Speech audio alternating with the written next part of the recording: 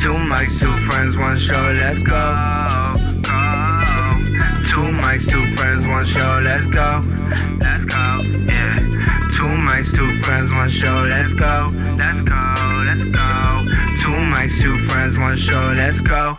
The Daps and Pounds show. This is the Daps and Pounds show. Yeah, you know. What's up, everybody? How are you doing? We are back again. Episode 7. 7. We have done it. We did I it. bet you guys didn't think that we were going to get this far, did you? But we have. Did you think we were going to get this far? Yes, because we were committed to being committed. Committed to being committed. Episode 7 is in the works. My name is Malky. To my right, we have Dobie. And we represent two mics, Two friends. and one show, the Daps and Pounds Show. Give it to Welcome. We're here. We did it. We did it. Number 7. Man. We're still alive and well. Praise God. Thank you guys for the support. Thank you guys for reaching out to us and giving us feedback, telling us what you like, giving us suggestions. We appreciate it so much. But what you need to do is keep all that up and keep telling people, keep sharing it. That's true. So make sure you go to Daps_Pounds on both Twitter and Instagram. All right. Spread the word. Show us some love. Give us a follow on those social media networks and also on iTunes. Subscribe, review, rate, leave a comment on everything you possibly can. Find us on YouTube. Just search the Daps and Pounds Show. And of course, our .com. It's Daps And Stitcher. and Stitcher. You forget it every time. You are the Stitcher spokesperson. Even though I have no idea if anybody's listening to it on Stitcher. But it's out there. We just don't want people to be like, oh, why don't they have a Stitcher? We do. That's true. We do have a Stitcher. We also have a website that you can catch us on. It is dapsandpoundsent.com. You can find us there. Show us some love. There's so many different ways that you can get in contact with us, so make sure you're doing one of them. Regular shout-outs, JT. Regular shout-outs, who else? Allison, Ali, Jeff. Tanner. Champ. Sean. My wife. Your wife. Justin.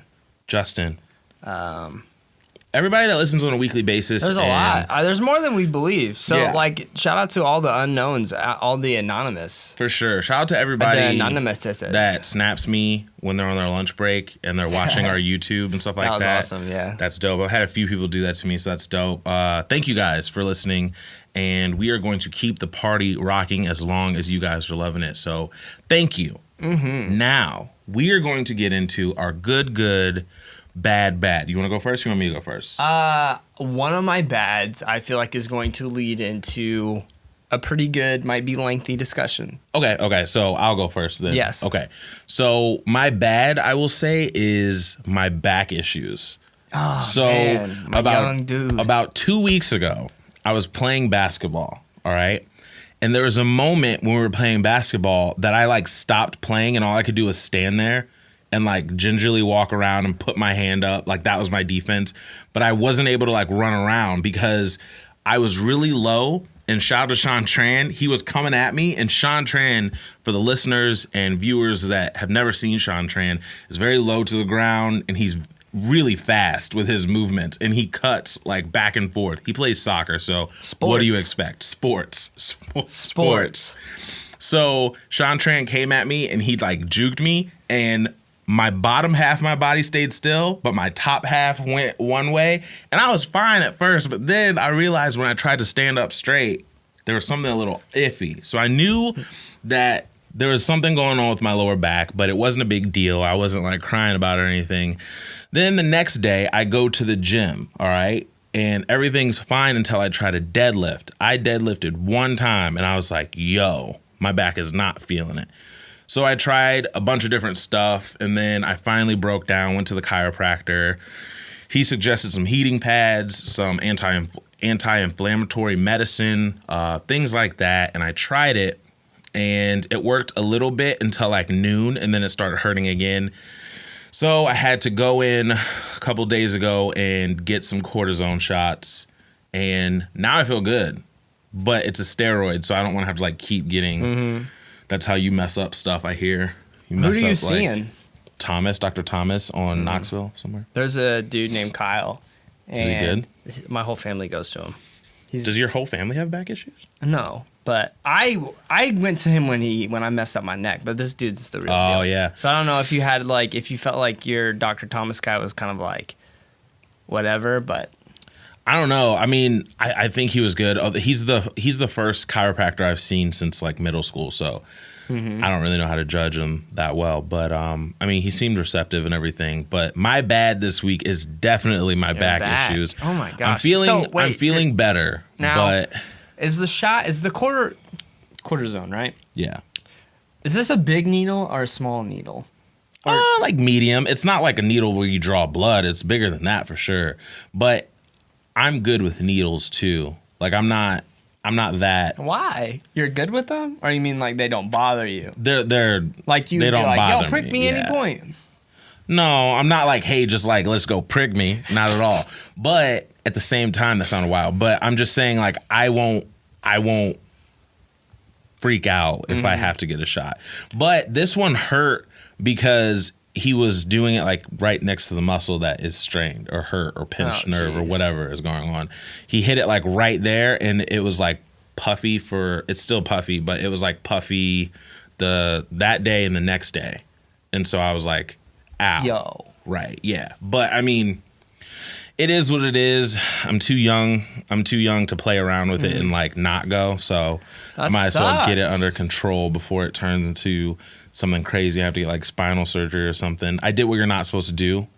I WebMD'd it, so I could be dying and like have cancer. That was like one of the suggestions. Not today. Yeah, so not today. If you guys are hurt out there, do not WebMD anything. Don't do it because it's bad news. Don't Google your Except injuries. you have to like take everything with a grain of salt. Yeah. Yeah, actually, I've been able to find a lot of my issues via WebMD. I think it's crazy because like everything has similar symptoms. You'll watch like a commercial for something and it'll be like, oh, side effects are. Do you have headaches? Oh my gosh, I have headaches. Yeah, it's crazy.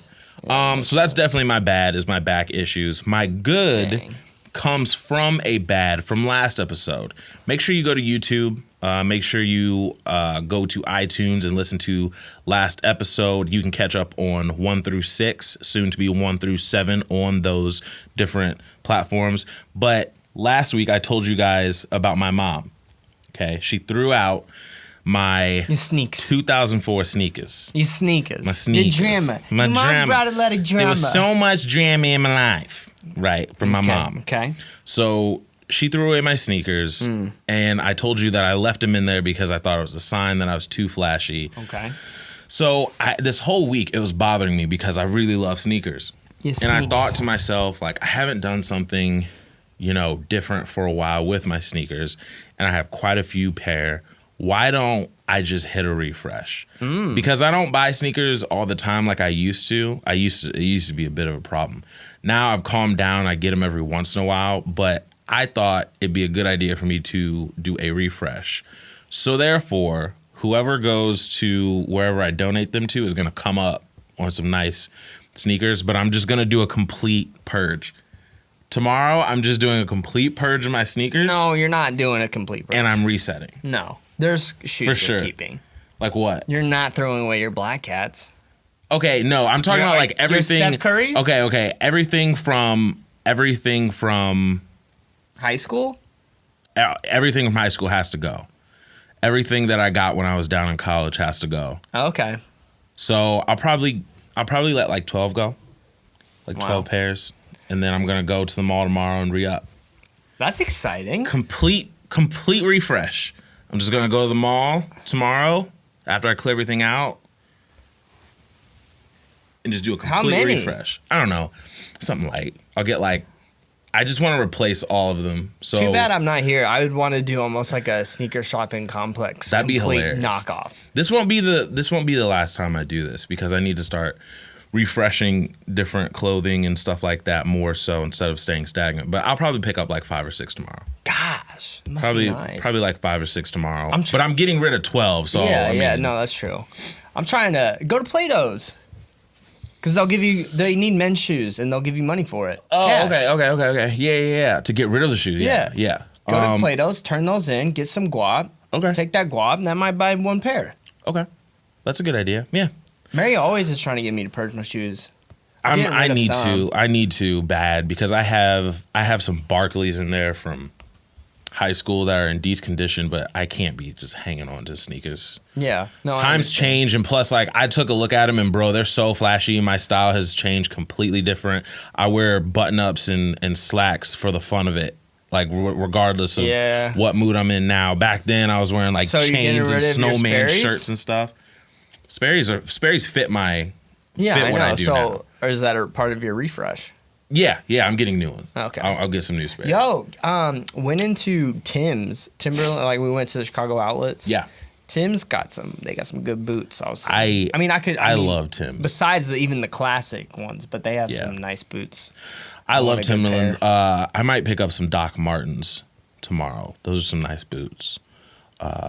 Red Wing has some contemporaries that are pretty nice. Red Wing Boot Gang. Who started that? Boot Gang. Oh, Drizzy. Drake? Yeah. Thank you. So those are my good and bads. I'm gonna purge tomorrow. It's gonna be great. I can't wait to go shopping for some sneakers. So that would be fun. I'll probably follow me on Instagram. I'll probably post some stuff tomorrow, so you'll be able to see my journey with that. But yeah, it's gonna be nice. That's good. Good and bad. Back issues and sneaker shopping drama. Anything else, man? No, I think that's it. I think that's it for me. That's it for you. Yeah. What about you? All right. Well, let's start with the good. Okay. I don't know. My boys, the South Carolina Gamecocks, Yeah, man. have gotten in the NCAA. They haven't been in like 12 years. 12 years, haven't been in the NCAA tournament now, however. I have them winning, by the way. Good. We'll talk about this later. A lot of people expect them to lose, which I get.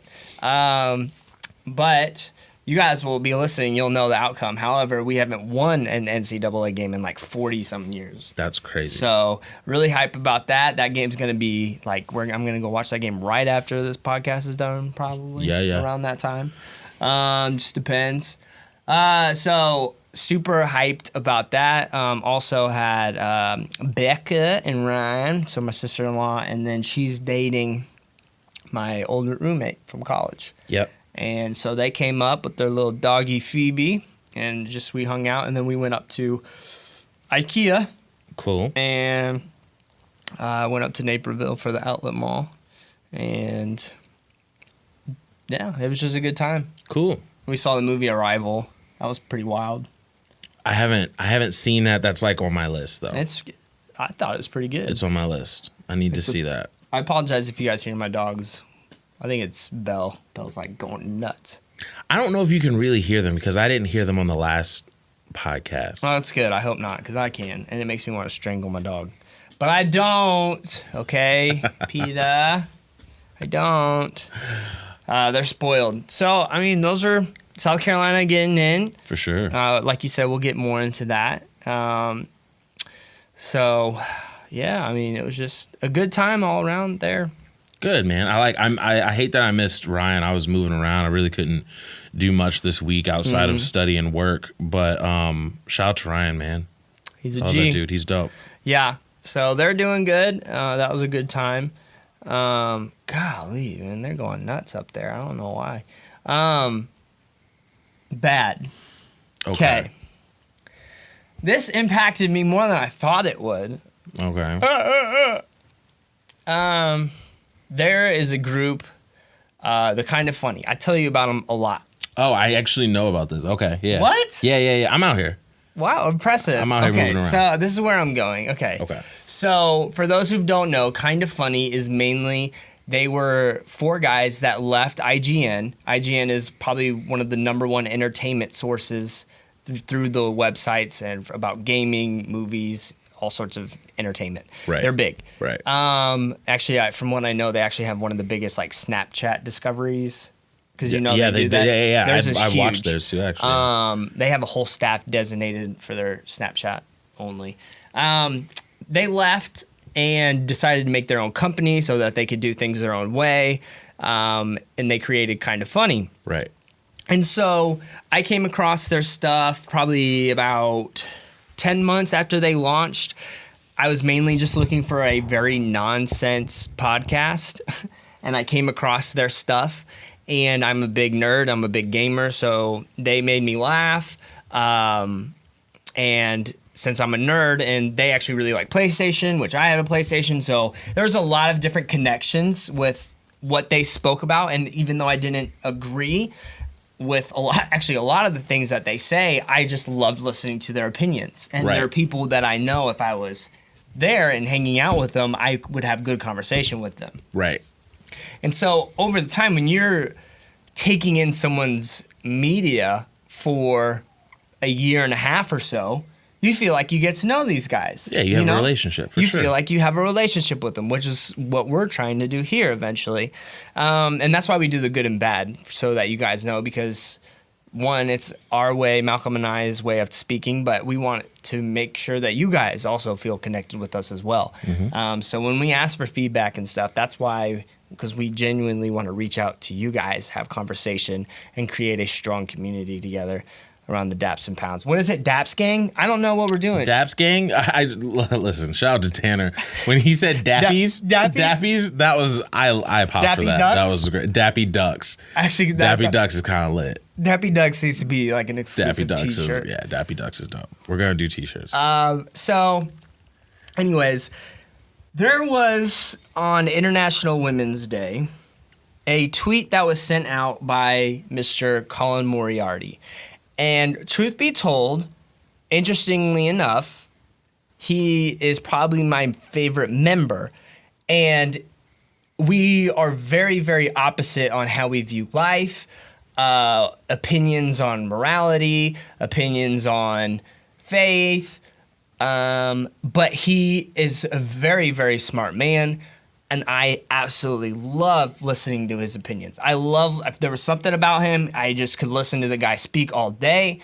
And he spoke a lot about politics. He has a major in history, and he loves politics. So a lot of the times on his show, he'd bring up stuff politically, which would challenge his friends, which I thought was awesome. But I just like to listen to the guy speak. And he knows a lot about video games. He knows a lot about politics. Like, he's a smart guy. All of the guys on this show can be brash, and they say stupid things like everyone in the world does.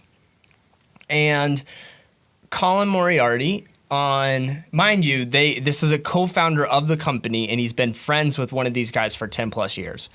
He tweeted out a tweet that said, peace and quiet, hashtag a day without women on International Women's Day. Right. Now, some people thought that was... I took it as a joke. Yeah. It's International Women's Day. It's a joke. I get it. I just kind of chuckled.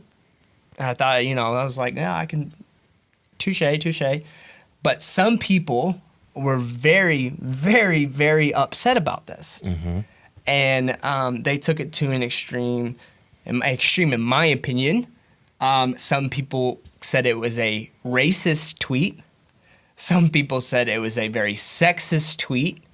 And they started really bashing him for this tweet. And then so all of a sudden on this Twitter feed, you have polar opposites, one bashing this man's character and another bashing the people who can't take this as a joke.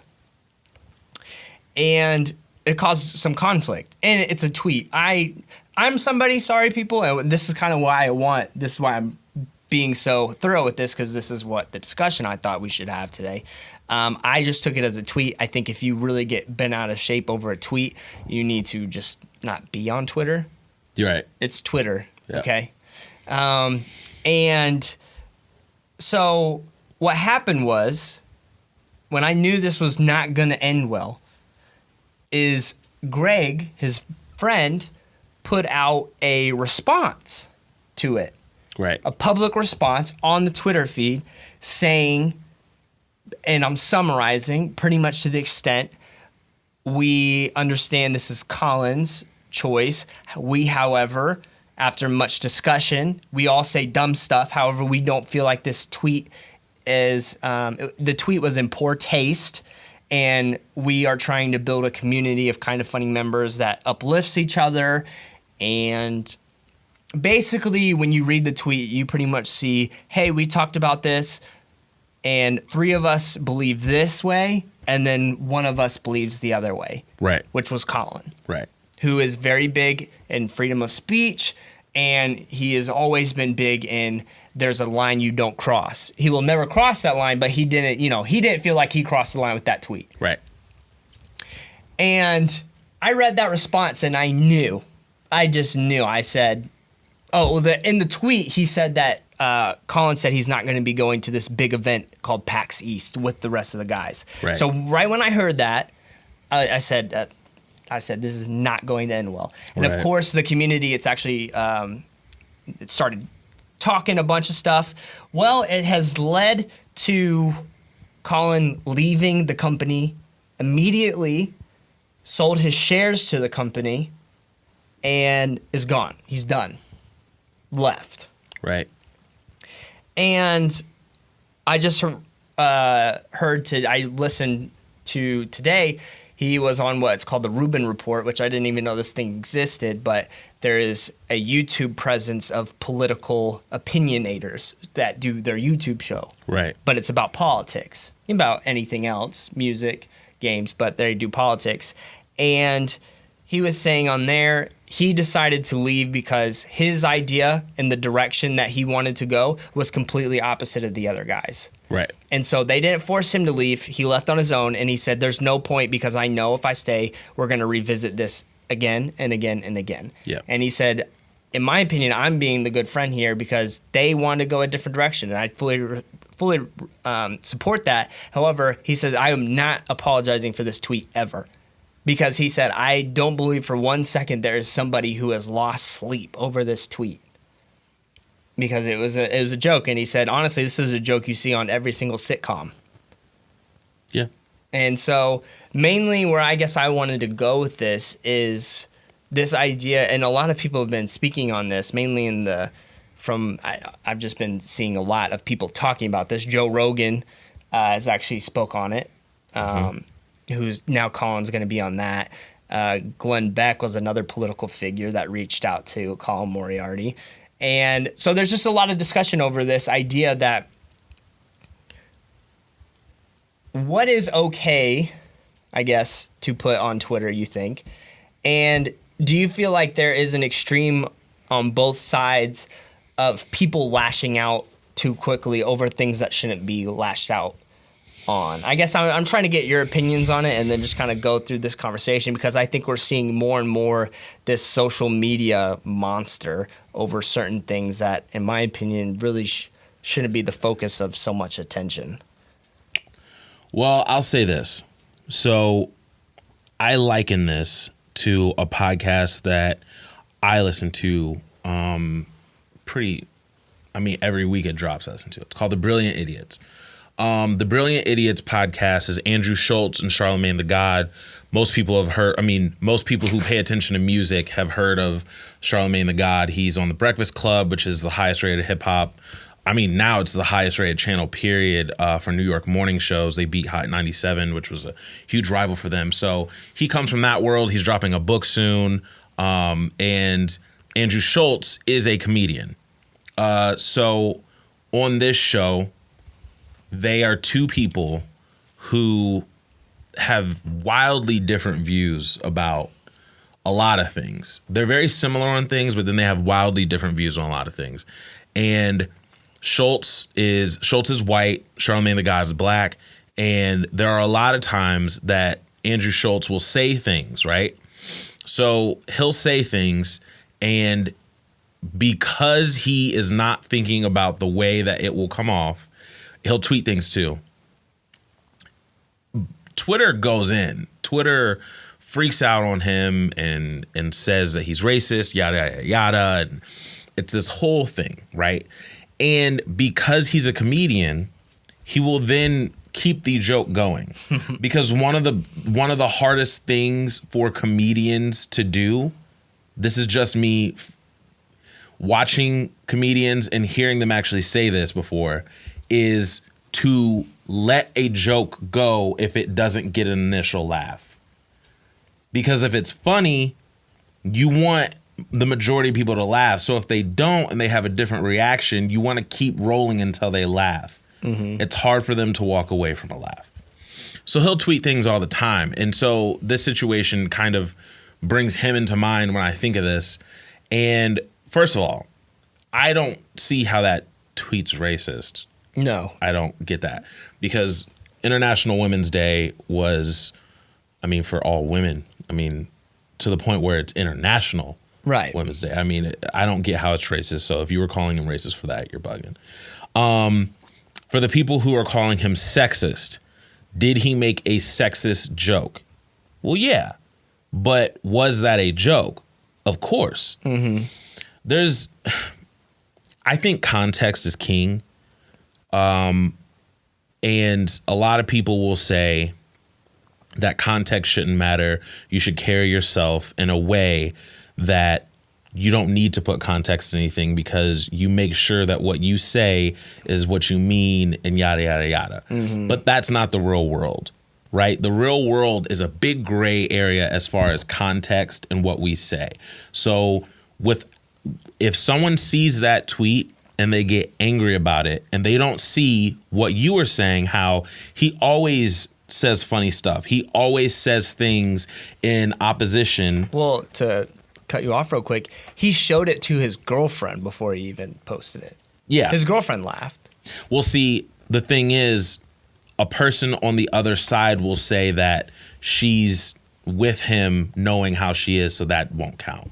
Like they'll discount that. That's exactly. Yeah. And so you've brainwashed her. That's yeah, why. like you like if people took the time to say this guy says these things all the time. This is his personality, right? So therefore, I think that's different. And you can go, well, this is what we expect from him. And they can take it light or they can take it as a joke. He says that he wasn't being serious about this. I don't think he was lying. And I don't know him very well. I've watched maybe 5 kind of funnies ever or listened or watched. And you've watched tons more than that. Like I've spent maybe 3 hours of my life in total on Kind of Funny. And just from that, I know that he like says stuff and that he's a contrarian. So, I mean, I don't see the uproar in that tweet.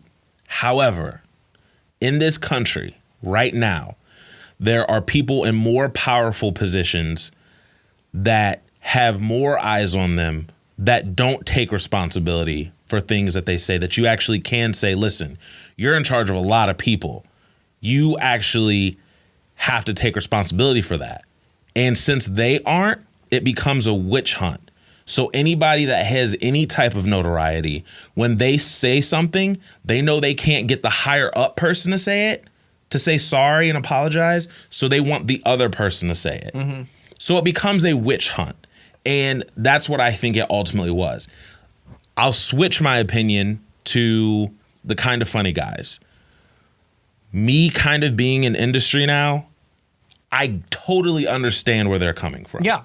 And if I were a part of their core group, the only thing that I would have done differently is I would have taken out the sentence that said, that separated our views from his views.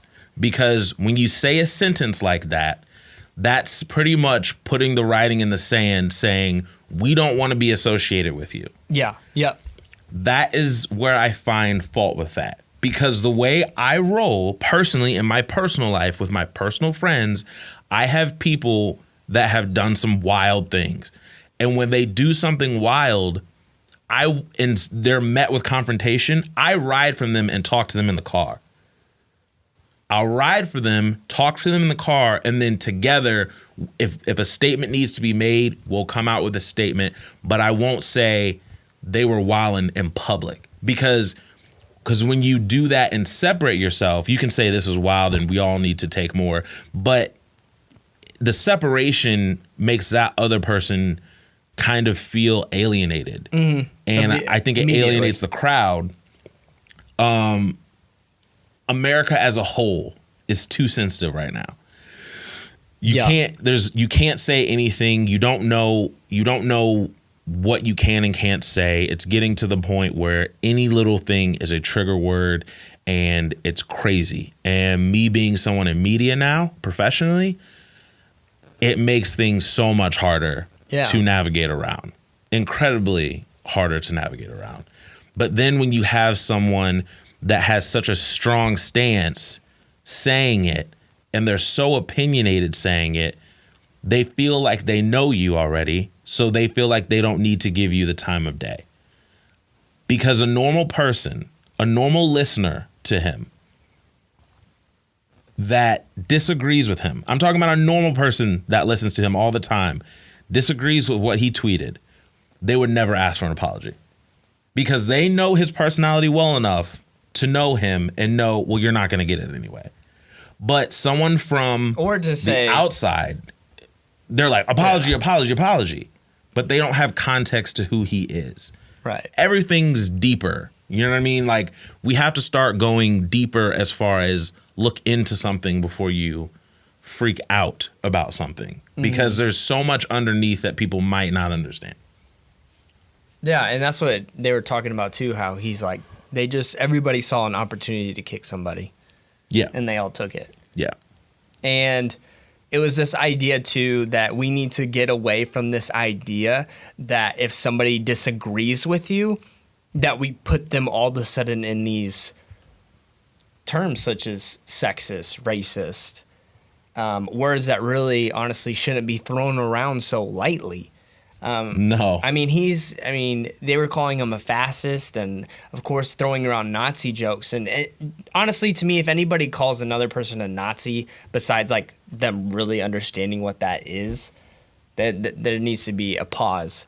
I think, personally, me growing up lately, I've taken so much pause to just not say stuff on Twitter and Facebook. Because the thing you have to ask yourself is, what does it benefit anybody?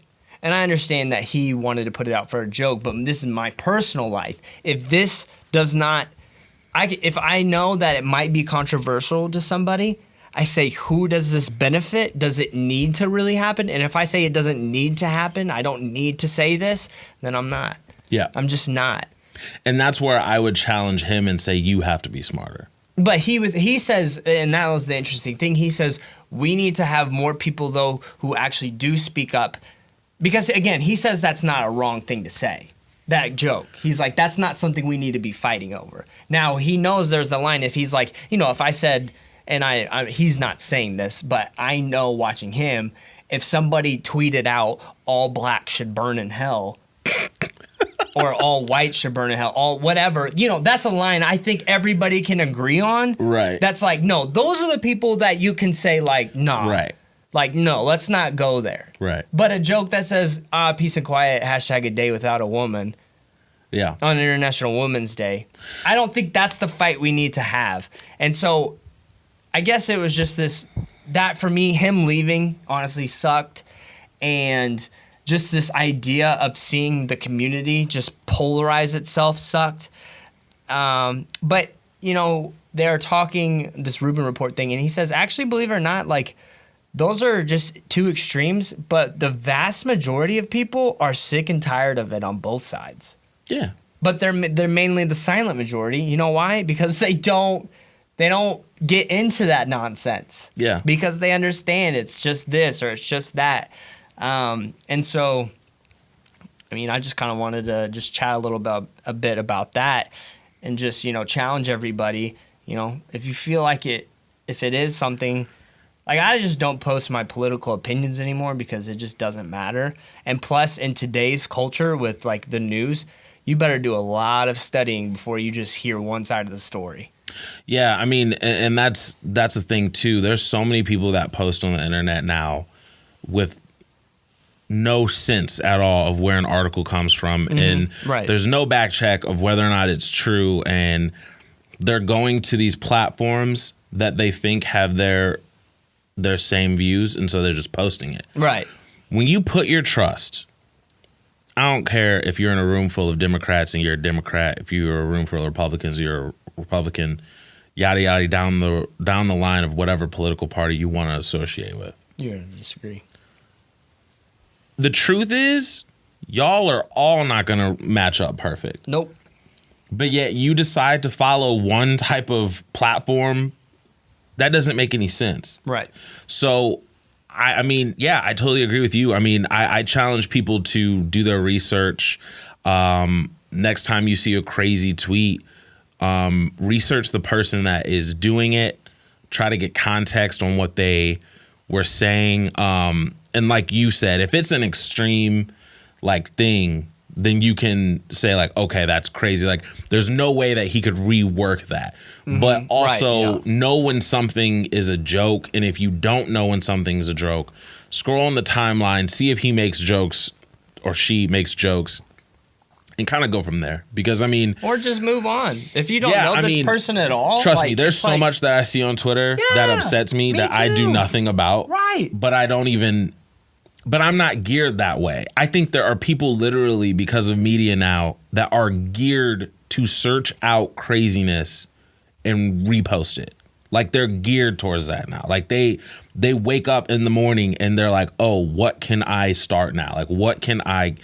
And it's a scary world. That's a stressful life. It's a scary world. But the people that have the million retweets on funny quips that they say that are not really funny at all, that are legit racist, that are legit sexist, those people, I don't understand their motivation. But everybody wants to be somebody now. Everybody, and it's easy to be somebody if we want likes and retweets. Yeah, I mean, that's what it comes down to. So the people going crazy over this tweet, I don't know what's going on with you guys as far as what happened to you to where maybe you couldn't understand that this was a joke. But I just challenged you to look further into things and. The people who took it as a joke, I challenge you to look further into maybe why they're offended. And I think that a conversation, if anything, should start. Conversation starting back and forth due to bad things happening is the way it should be. It shouldn't be, I hate you. No, I hate you. If anything, start a conversation, both sides. So agreed. That's my take. And best of luck to Mr. Colin Moriarty. Everybody is believing he's going to create his own YouTube show, and it's going to be mainly about political views. He said on the show today he's more passionate about politics than he is about video games anyways. So he's going to go down that route. So good for him. I'm sure it's hard. He teared up on the show. So I'm hoping that his friendship is okay. It didn't seem like it is. Hopefully, I don't think that will ever happen to us because, I mean, we don't really get into arguments. No, I mean, I don't. Because we're not about the drama. We're not about the drama. We're all about fun over here on the Daps and Pounds show. Okay, and that sounds like a vacation Bible school.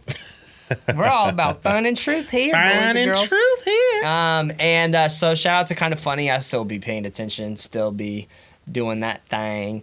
But yeah, thanks for chatting. Hopefully you thought that was a good conversation as well, and to the listeners. But you know what? I think we listened to some new music. New music came out today. We are your fix for new music. We have all the deets. I just said deets. I said deets. It's okay. I haven't heard deets since like Kim Possible maybe or Xenon Girl of the 21st Century. Boom, boom, boom. Make my heart go. Or zoom, zoom, zoom. Make my heart go. Boom, boom. My supernova girl. Yeah, that's. Shout out to you, wherever you are, girl who played Xenon. So yeah, Xenon Girl, where are you? New music came out. Excited as always to get into it. Let's start off with one of my favorite albums. The Rick Ross album came out today called Rather You Than Me. I listened to this album from top to bottom. I think that it's Rick Ross, his best album in a couple albums for sure. The last few, I don't know if it was just bad promotion or song selection. I don't know. But for this one, it's hitting for me. I like Rather You Than Me, this new Rick Ross album. He's managed to create a lane that has not existed by anybody before him. If you listen to the beats on Rick Ross, he's so consistent. And he represents Maybach Music Group. And if you have a Maybach, you would be listening to the instrumentals underneath his voice probably. They're all just classic, chill, just vibey, jazz influenced chords.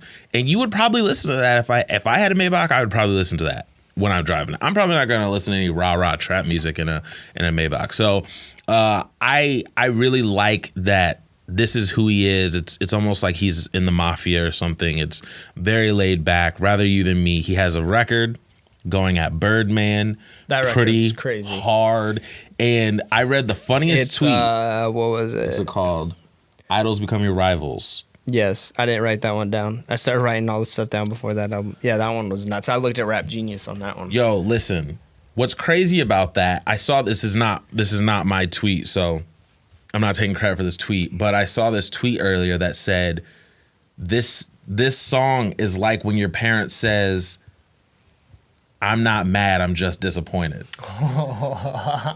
Because he even says, like, I still love you. Yeah, why'd it have to like be this way? Yeah, he's not even he's hurt because of what Birdman did. It's not like and it's not even like he did it to him. What's crazy, I mean, if you look at Rick Ross right now, he embodies what you want a label head to be. Yeah, no, that's true. Meek gets into it with Drake, he still has his back. Yeah, goes out on a limb for him. Everybody goes crazy. While still being cool with Drake. Yeah, and trying to at least maintain a cordialness. You know what I mean? Like, oh, man. So, Rick Ross, man, shout out to you, sir. The album's not like this crazy album that I'll go back to every week. I don't want to make it seem like that for sure. And stacked up against the hottest hip-hop albums that just came out in 2017 so far. Yeah, it's not this crazy amazing album. Like Culture, the Migos is still better than this album.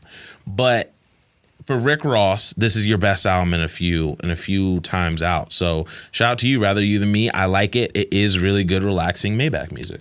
I think what we see here is melody is king. For sure. That's why you don't go back to Rick Ross's albums. Yeah, for Boys sure. rapping on the albums. Production-wise, everybody has nothing but good things to say about it. Yep. Saw an article by DJ Booth that was raving about it, and they gave spotlight to every single one of the producers. And shout out to Rick Ross for saying we need to pay producers because there's a constant battle who should be getting the more money. And I do believe, producers should get a little bit more. Yep, for sure. Because you need those beats. There's a reason Metro Boomin is becoming a household name. Metro Boomin wants some more. For sure. I agree. So that was a Rick Ross album, Rather You Than Me. If you want something to just drive to, listen to this album. Shout out to are nuts. Ricky Rose. Next up, this album, right? Which one?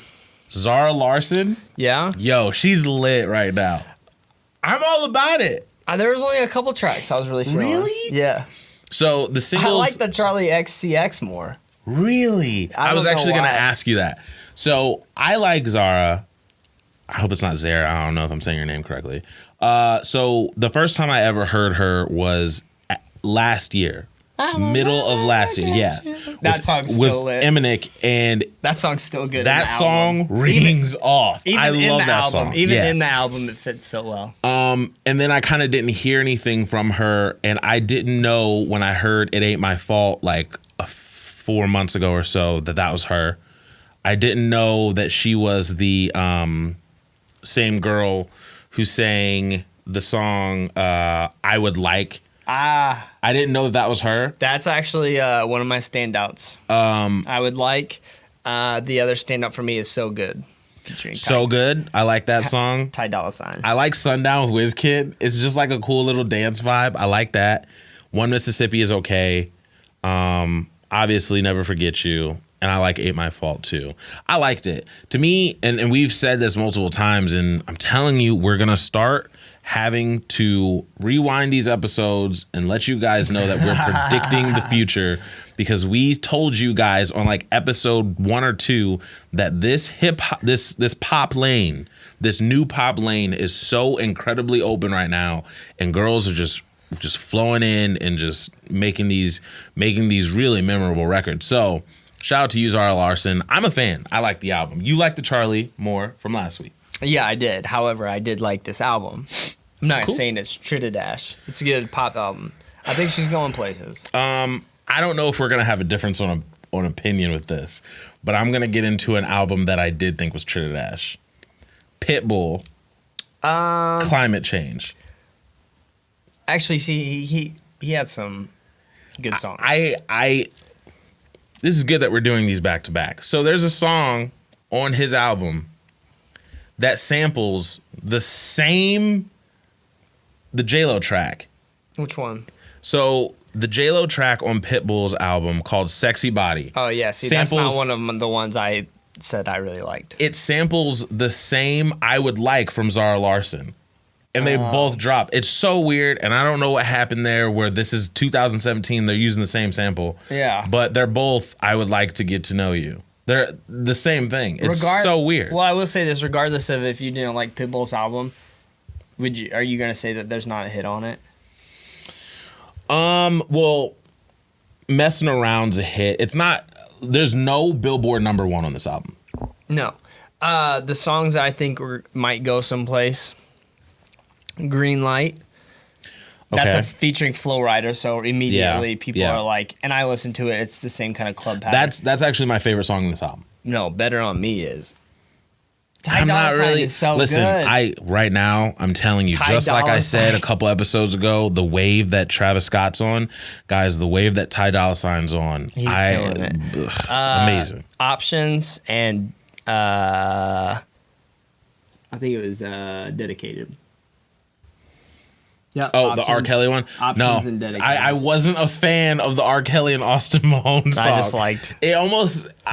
Listen. Did it feel forced? I can understand if it felt forced. Pitbull is marketed towards a specific audience now. Oh yeah, and that specific audience, I will play this album on. I'm going to Florida soon. I will wear my Hawaiian shirt and roll up my pants legs and walk on the sand and have this album on repeat and dance mariachi. Well, I promise you. I was gonna say this is an album, regardless of if you don't like it or not. You could play this album at your like friends like volleyball barbecue or whatever, the whole track, and like no one would be offended.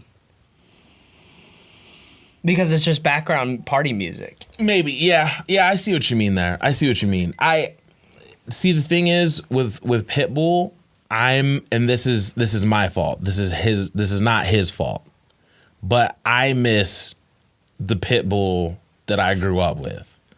And so when I see him with his white tight pants on, he's getting so much more money now though. Oh, listen, he's reaching more of a global audience. It's the smartest audience. thing he ever did. Yeah, his marketing is the smartest thing he ever did was put those tight white pants on, put on that blazer, and unbutton his shirt and dance around and say Dolly a million times. Dolly. And just say things in Spanish and list city names and Dolly. Make songs. It's true. So shout out to Pitbull. I'm not a hater, but for me as a whole, the album was Trididash. There was like 1 or 2 songs that I thought were dope. You liked it. No, there's probably like 1 or 2 songs I'll like ever listen to again. Okay. I'll just say it like that. But I think Pitbull, there are people who are going to love this album. If Molly is involved, I don't know. I don't know who's gonna love this album. Still #1 trash Trididash album that we've reviewed so far is still Mod Sun. Did it wrong again. Mod Sun for sure. No, I agree with you. That was okay. So Trididash. At least we're there. Well, maybe it could have been Somo, considering either one of us wanted to listen to it. I listened to it today, unfortunately, and I got through like 6 songs, and then I wanted to like bang my head. So is it worse? Yeah. Like he had I didn't even listen to it. He had like a couple. He had a couple on there, but I don't know what it is. But Somo was just good for Ride, and after that, his voice annoys me now. Like I don't know what it is, but Somo's done. Put a fork in Somo. That album you put out today was trash. Somo. Done. Sorry.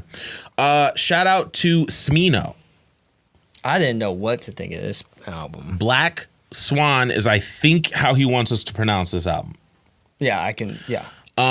Shout out to Smino. I saw someone retweet this album a couple weeks ago. And so I saw that person. He was an industry person. It was an artist. I don't remember who it is. And then a couple days ago, I saw Xavier Omar retweet this. And we say his name all the time on here. He's always retweeting hot stuff. So I was like, okay, that's two people in the industry that said that this was dope. So I listened to it. Background information on Smino. He's from St. Louis, went to school in Chicago. So we always like to support people that are kind of living around the area that we are living in. And he is very eclectic with his sound on this Black Swan album. Mm-hmm. I thought it was really dope. I thought it was brave because some of the stuff he's doing that's a good word. is very interesting. Yeah. It caused this different. Listening to this album caused me to tweet earlier today that we may never get an Andre 3000 album. That's why I tweeted it. Because I was listening to this and I was thinking about how brave Andre would be if he put out an album. And and this dude I think is like only 25 years old or so.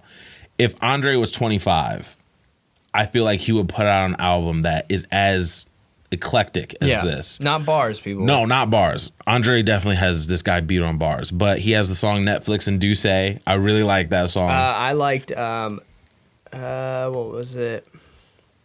Spit Shine. Spit Shine was dope. I like Spit Shine. I like Netflix and Do Say. I also liked Silk Pillows. That was pretty cool. Glass Flows. I liked that. It was just a different wave. It was a completely weird album. Wasn't expecting it. I didn't know what to expect when I listened to this album, but I think that's why I like it. It was dope that it caught me off guard. I can see the artistry. I'm not going to say this is an album not for me, except, however, I know, and I've listened to enough music to know when music is good. However, it's not part of your personal taste. Yeah, and this is good music. There are going to be people out there who find this album to be simply amazing. And so if you are somebody who is looking for something fresh, something different, if you are one of the guys who say, I hate mumble rap, I want something different, something that has more, kind of soul to it, change 100%. It up, then you got to listen to this guy. If you're someone who also says everything sounds the same. Yes. This dude, Amine, who has the Caroline song, there's a few others out there that are like this. That song's fire. But like this is for you if you want something different. But yeah, I like to support the whole Metro East Southern Illinois area. So shout out to Smino repping the Lou. I like it. It's different. So we're gonna get into some singles now, or did you have any other albums? No, I didn't listen to any of the other ones. Okay, we're gonna get into some singles now. First of all, Linkin Park, Trigger Dash. Don't know what you're doing, Linkin Park. I'm done with Linkin Park. It has officially made the U2 change where they're transforming into a non-rock band, and it's kind of like sing-songy, and I just want them to scream, and I just want to hear that hard bass in my ear and like freaking out. I used to love Linkin Park. I have 2 Linkin Park albums. I have 3 Korn albums. That time is done, though. Yeah, that time is that over. Era is over. But when I see their name on an album, you expect that's that. what I want. Yeah, that's and true. I feel like they should just call it something different or something Park if Lincoln. It's not that. Yes, Parked Lincoln. But then they might have to get some Ford sponsorship from that. Oh, that's funny. So Linkin Park, Trigger Dash, I'm sorry. Leah Michelle, she has an album called Places, and the song is called Love is Alive. This was a very mellow song that I listened to. It was pretty cool. Day Jack, he has a song called Supernatural. Ooh, that looks kind of good. This was weird. Again, this fits this new wave. This fits into the new wave of Smino and Amine, but it was catchy. I thought it was kind of cool. And then I found a gem. Well, there's more. If you want, can you go to browse real quick? Because there's a couple. And don't tell me you didn't listen to the Mike Will Made It. Of course, yeah. I listened to it. So Mike Will Made It. That was one that I checked out. Did you listen to My Corner? Let's see. Raekwon and yes. Lil Wayne. Okay. So I like this song, but for some reason, Lil Wayne didn't sound right on it. Because when I hear Raekwon, I think Wu-Tang. I think super Wu-Tang, and Wheezy sounded weird on it, but I still liked it. I still liked it. Is it Animal? Trey Songz, did you listen to that today? Trey Songz is Trey Songz again.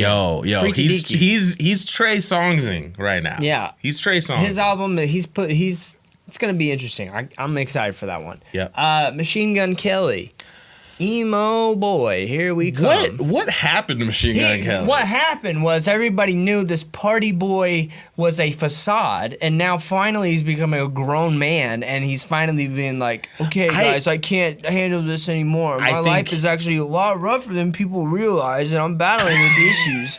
That's exactly what it was. I think the party boy, wild boy thing that he was on was real. But but no, he's but understanding. it was his barrier. It's gotta be, you're gonna die. Like if you keep doing this, his emotional barrier. Well, he was doing drugs though before he got on. We've seen those kids though. Yeah, we've seen those kids, but Machine Gun Kelly, he almost lost his first deal opportunity because of drugs. I think he was heavy into it, but I think that now, like you said, he realizes he's got to be an adult, and you're going to lose your deal for real, and your popularity can't stand on I'm the party guy, because it's just not. You're not going to be able to keep that look up forever. You have to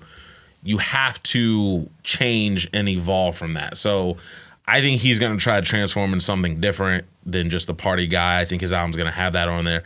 But this song was not for me, for sure. I thought this song was trash, personally. This song will help somebody. Yeah, I mean, I sound wild. I hope this song hurts somebody or helps somebody. I really, and it's hard for me. Like when I say like I really don't like this stuff, I'm just in a different space, and I understand. Like if this song helps you, great. Okay, yeah, not for me. Moving on. Wasn't for me. And then did you listen to Flame, Tanashi? Yes. So she did a flash mob in the middle of Times Square on a fire truck. Tanashi, you're beautiful. I have to shout out to my wife. I have to. He has to say that. I have to say this. Tanashi. Shout out to the shout out. So yeah, Tanashi Flame. I like it. I've always liked her stuff though. I think she's very underrated. Yep, very underrated. Did you listen to Good Life? G-Eazy and Kalani. I thought it was trash. I didn't like it. What? I did, and I'm G-Eazy sucks. I agree. I'm with Malcolm. No. Listen, I think G-Eazy's first album is surprising. I like G-Eazy's first album. I am a Kehlani fan, but this song sounded like the people who are making Fate and the Furious, who we've talked about before on other episodes. They always do a conscious job of trying to put together good albums, not just soundtracks, but good albums.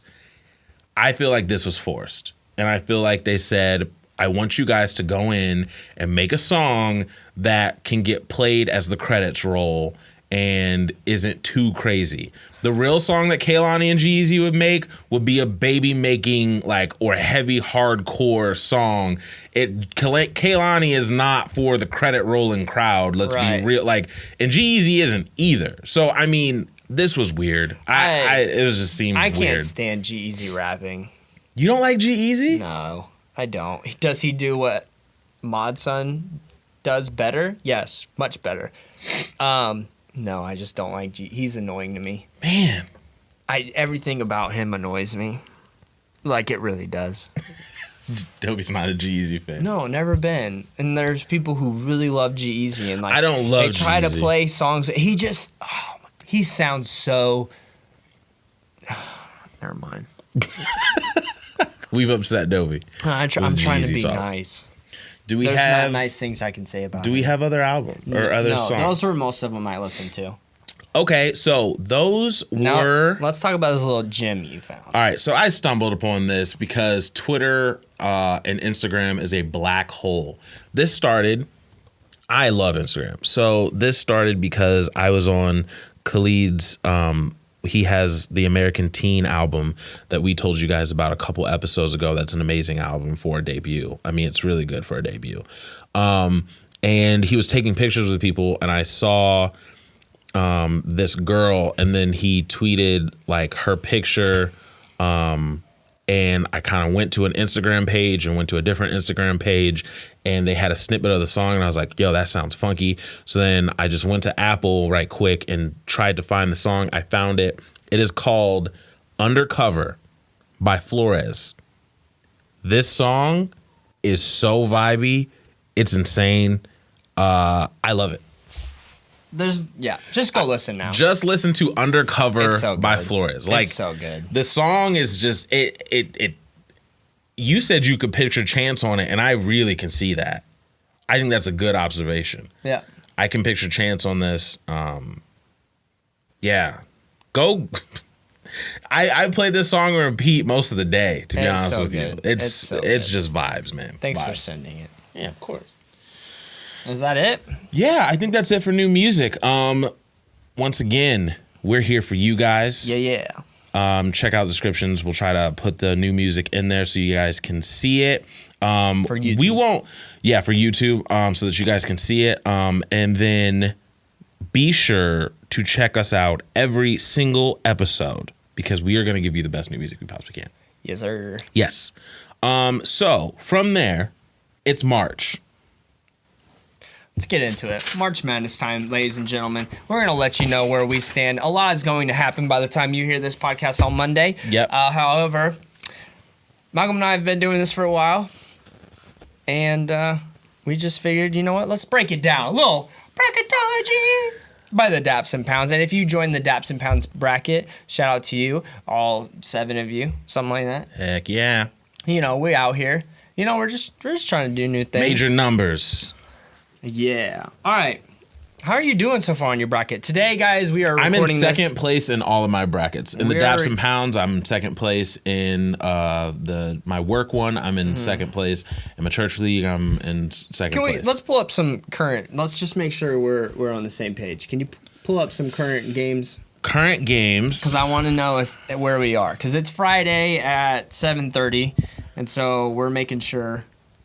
Friday at 7:30. And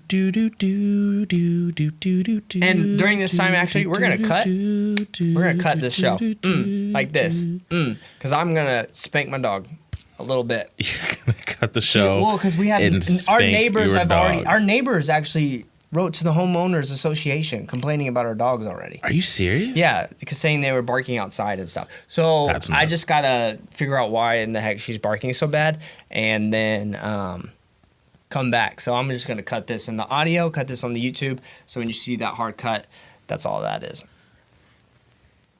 And we're back. Hey, how about everybody. it? Hey, everyone. We just had to take a short break for our sponsors. Shout out to A&W. They're really not our sponsors. They can be. Shout out to A&W who wants to send us some t-shirts, hats, pins, everything. So What are the current games going on? Current games going on. We got Duke and Troy. Duke is a 2 seed. Troy is a 15 seed. It is 59-46 in the second. So that's going on right now. We also have Kansas and UC Davis. Oh my gosh. Kansas Almost is 84-45. 39 They points. are going Dang. off right now. I'm pretty sure it's safe to say Kansas is going to win that game. Yeah. What else do we have here? I want to see the Marquette. At halftime, Ooh, that's the game I'm paying attention to. At halftime, we have Cincinnati and Kansas State with about a 20-point swing there. It is 11 points, Malcolm. 11 points. No, I'm making fun of myself because I said 20 point instead of that. The game I was talking about was the Wichita State. Wichita State and Dayton. They are tied right now with 15 minutes left to go. I got Dayton. I got Wichita State. No. I got Dayton going. Tonight we have South Carolina Who are they playing? So South Carolina is playing Marquette. Now, Yeah, that's Marquette right. is actually, a lot of people have Marquette winning this game because they are the best 3-point shooting team in the league. However, the reasons why I'm saying that I think we still have, a really good chance is South Carolina, they're playing an hour away from home. Yep. An hour. So basically a home game. And at one point, they had the best 3-point defense in the league. And so I think their defense is going to be pretty crazy. Listen, I actually have South Carolina winning this game, and it's not based on my friendship with you. It's because of Thornwell. Like, Thornwell's a G. he's a savage. And if He really is. If he's on, I think we could see something. I mean, the thing is that I have them winning only one, though. Oh. Let's be real. I have them winning only one. Let's be real. However, I will be super excited to see South Carolina play Duke because I've never seen them play each other. So that'll be fun. cool. I think it'll be a slaughter, but it'll be cool. Also, Zion Williamson, that crazy stud, he's from South Carolina, and one of his picks is like Duke and South Carolina. So if it'd be interesting to, I'm sure for the sake of him, it's like That'd be interesting though too, because even if they get slaughtered, you have to think he could be like, you know what? If we try to keep a core here and I come play, we might be able to compete. I know, exactly. So, who have you? cool. Where's your bracket at? Who have you lost? oh man, so far I have lost. Can we talk about Mid Tennessee? Hey, can we talk about who called them? Listen. They beat Michigan State last year. They did. Upshaw is still playing. I was not seeing that coming. I have watched Minnesota games this season, and I just thought that their offense was going to be on. So shout out to Middle Tennessee. I did not. Upshaw came up again. Took over that game. I did not. But one thing that I did see, or one thing that I did want to happen was Seton Hall. I wanted Seton Hall to win against Arkansas, and they didn't. So I missed that one. Okay. Another miss I had was Creighton. I wanted Creighton to beat URI. That didn't happen. Let's see what else I missed. Maryland. I wanted Maryland to beat Xavier. They did not. Xavier won. SMU. I wanted SMU to win. USC won. And that's all my misses so far. So right now, if I go to where I am at I'll go to the Daps and Pounds League. Here, I am sitting in the number 2. I'm tied for 2 right now. You are at the top. I'm tied for. I have three-way tie for 2. Okay. I want to talk about something. Yeah. I want to talk about my bracket and how much I hate Duke. So I have Duke. Oh, can we just mention right now that I only have missed one game? That's good. That's very good. And guess which game it is? The Vanderbilt Northwestern game.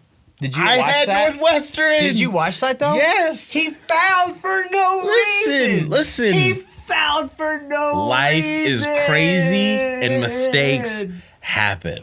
Gosh. I want a Northwestern.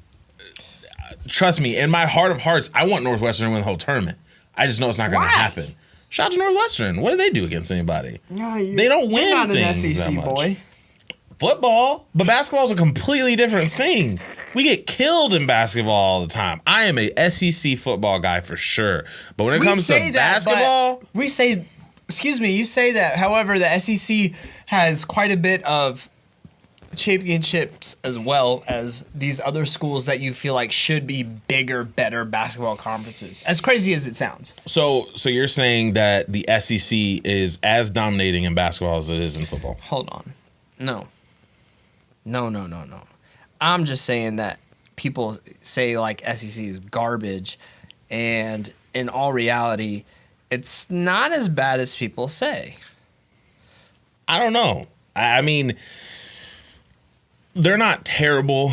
You'll have your Floridas coming up and stuff like that, but if you look at the landscape of college basketball, it's dominated by Northeast. That's true. SoCal teams. It's dominated by that. All right. What I'm looking up. Who do you have as your? By the way, who do you have as your champion? Oregon, baby. Dylan Brooks. Oh, geez. I like long shots. I really do. And I hate Duke. You hate Duke. I hate Duke. I have them losing in the Sweet 16 that I- early. I They're not have, even in my Final Four because Duke is the worst. However, I mean, if we were going by what you want, then I would have had. I definitely would have had South Carolina going all the way. Except I know that's not going to happen. So, it is what it is. I actually have Gonzaga. I've heard people having that pick. That's a popular pick. I think there's a chance that could happen. Okay. Let's see here. This might surprise you guys. Okay. Now, conference. All right. Big Ten. How many Final Fours have they been to? 23. How many national championships do they have? 5. So you would say Big Ten's a pretty dominant. I mean, they're always. You feel like Big Ten's a good conference, right? Yeah. In basketball. Okay. ACC. So you got your Duke, you got your North Carolina, yeah. got your Florida State. Amount of Final Fours, you got 29. How many championships do they have? 10. So pretty wild. Big East. How many do they got? 20. National championships, 6. Okay, well, there's some runner-ups here. Well, let's just do national champions, whatever. And then Pac-10, Final Fours, 10. And how many? I wonder, too, okay, this is over the last 35 years, by the way. Okay. So, I mean, because I know that UCLA was like the most dominant team ever for a while. So they're not counting those. Pac-10 has been there 10 times to the Final Four, 2 championships. SEC, they've been to the Final Four 20 times, and they have 6 championships. Yeah. They have more championships than the Big Ten. That's a good ratio, but I mean, still, it's 6. I mean, that's still not making them as dominant in basketball as they are in football. That's my I'm not argument. saying that. I'm saying you're right, and I agree that they're not. I'm saying no. SEC gets pooped on by. They say no media-wise. Rankings gets pooped on. SEC gets overlooked. Everybody says SEC is a trash conference.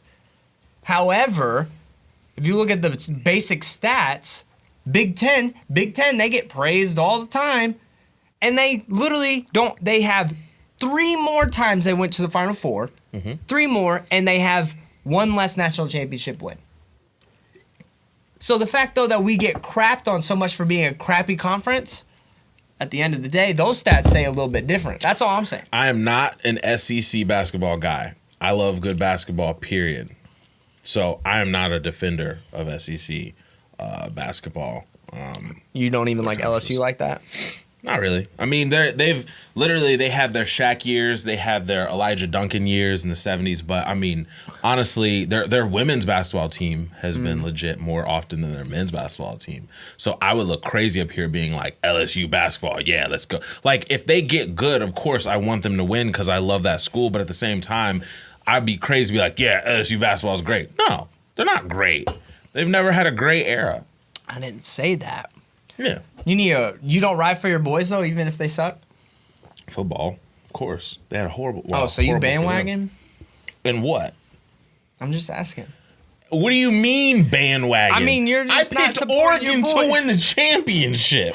How is that? No one that's not bandwagon. What are you talking about? You picked Gonzaga. How many Gonzaga games have you watched this year? Hold up, time out. I'm picking to win, boy. We talking about So why do you talk about bandwagon? I'm just asking. It seems like you don't support LSU. You're like, oh yeah, I love LSU. I didn't realize you were a football only kind of guy. Football and volleyball and baseball, women's baseball, and mostly women's baseball. That's softball. Still got bases to run. Hey. So women's baseball. Shout out to you. Okay. All of you. Yeah, I picked to win.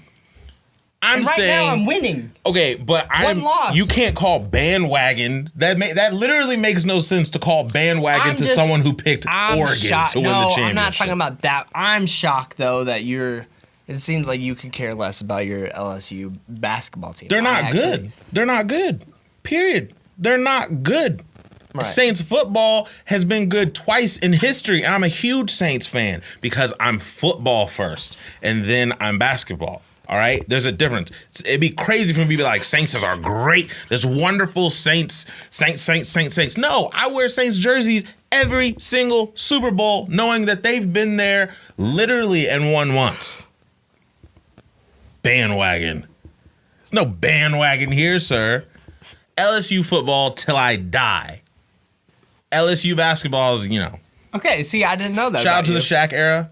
I mean, that was great for us, and he was able to compete against some of the great Christian Laettners at that time and all that stuff. You forget about Big Baby. Yeah, Big Baby was there. Big so was Baby Tyrus Thomas. Man. Tyrus Thomas was there too. In college. But he got to the league and he called him was Big Babies. pretty dash in the league. That boy was cold though in the NCAAs. Yeah, he could hit some spins, but also LSU hasn't adapted the game set of everything. Yeah. But LSU hasn't adapted to the mindset of everything. Now, once again, if LSU gets good, then I'll be like, man, I hope this is the start of something. But I can't cheer on something that's never really been great. They've been good. But if you've never been great, it's like, how can I get behind you and just keep pushing you? I got to wait till you show me something. Move. I'm poking you with a stick. Do something. Make a move. There'd be fans out there who call it loyalty. I'm loyalty to the football program. You're loyal to winning. I'm loyal to the softball program. And you can't say I'm loyal to winning because we're the team LSU who doesn't. Listen, LSU does not win all the time. Oh. And I'm still riding for LSU. LSU is still. You can't say LSU is not one of the more dominant teams on the SEC, so you still are winning. Yeah, but we care about. We've won so much you don't that know we what care it's about like to be a championships. South Carolina I have no clue. Yeah. I would never want to. I would never want to. No, listen. No. I would never want to. Okay. All right. Well, let's break down what we'll do is we'll do Elite 8. Okay. So East, I have Villanova fighting Duke. To get into the Elite 8? Is that what we're doing? Okay. This is the Elite 8 right now. Elite 8, I have Florida against Baylor. Okay, so you got Florida beating Baylor. SEC team. Oh, SEC team. Okay. I was only bringing it up because it seemed like I was more so shocked that you could give well, just know I have him. Just know I have him. Fingers up. Just know I have him in the Elite 8. So. Middle fingers up to your LSU basketball That's fine. team. Just know that Florida's SEC team in the Elite 8. I make this. Look, okay, if we were talking about bandwagon, then what I would do, look at what I'm wearing, bro. So, of course, I would have South Carolina going all the way to the championship. You called me bandwagon. I did not start this. I didn't bring up your bracket at all, mind you. So, I'm not bandwagon about your bracket. I didn't say Talk that. About fan. I could be a fan of South. I have an SEC team in my Elite 8. Am I a fan of South Carolina? You went on that whole tirade, and I have an SEC team in my Elite 8. Yeah, so do I. So get some. But however, get some is the exact same thing. I'm saying South Carolina. So you're telling me you're blowing up your own argument. Oh my gosh. No, I'm not. Bro. So you're saying for me to be a SEC fan for the bracket challenge that's about winning, listen, I need to put it all the way to the national champions? I'm telling you that, hey, guess what? SEC is not dominant in basketball the same way they are in football. That's what I said. Listen, that's what I said. Agree. You go and you find stats. Hold on. You go and find stats that say otherwise, right? And try to paint it as in, I don't think the SEC is good. There's an SEC team in my Elite 8. That's all I'm saying. So I'm saying for you to go through the trouble to pull up stats to try to prove the fact that I don't think that they're good, guess what? I have in my Elite 8, so that doesn't make any sense. That blows up your argument. No, but you were basically... Right, but you said that they're not as dominant. I agree with you. I'm saying, though, mainly from a media standpoint, the SEC gets crapped on saying they're a trash conference. And I agree with that. But that's not me agreeing with that. Isn't the same thing as me saying that they're dominant or not dominant. I'm just saying that I have an SEC team in my Elite Eight, but I can still say that they're not as dominant. I think what happened was I was trying to bring up other points, and then they all started getting clustered together. Maybe. I don't know. Because I'm really, like I said, the most thing I'm most shocked about right now is just how you could care less about LSU basketball. I mean, it's cool, but they're not even in the tournament. Like, why? Like, how? Yeah. No, okay. We don't need to go. You bringing up LSU basketball. What is that doing for you? What? You bring up LSU basketball and say that I'm not loyal to LSU because I don't cheer for their basketball team. That is bad. That's what you're saying, right? Am I wrong? Is that what you're saying? I'm just trying to see where you're going with this. Is that what you're saying? You're saying that I'm not loyal to the school. Shocked. Yeah. That was mainly like. So you're saying I'm not loyal to the school because I don't cheer for the basketball team. But mainly it's because I would say overall, every single sport, college-wise, South Carolina is my favorite team. Even if they suck, I would have to say I support South Carolina over anything else. However, if we're talking about who's better, that's why I have a bracket the way I have it. Because I understand there's better teams. If LSU were in this and I knew that Duke was going to beat them, I would do the same thing you did, and I would vote smartly. Right. And I would maybe have them winning a game, but I would not have them going I'm a realistic fan at the end of the day. Mm-hmm.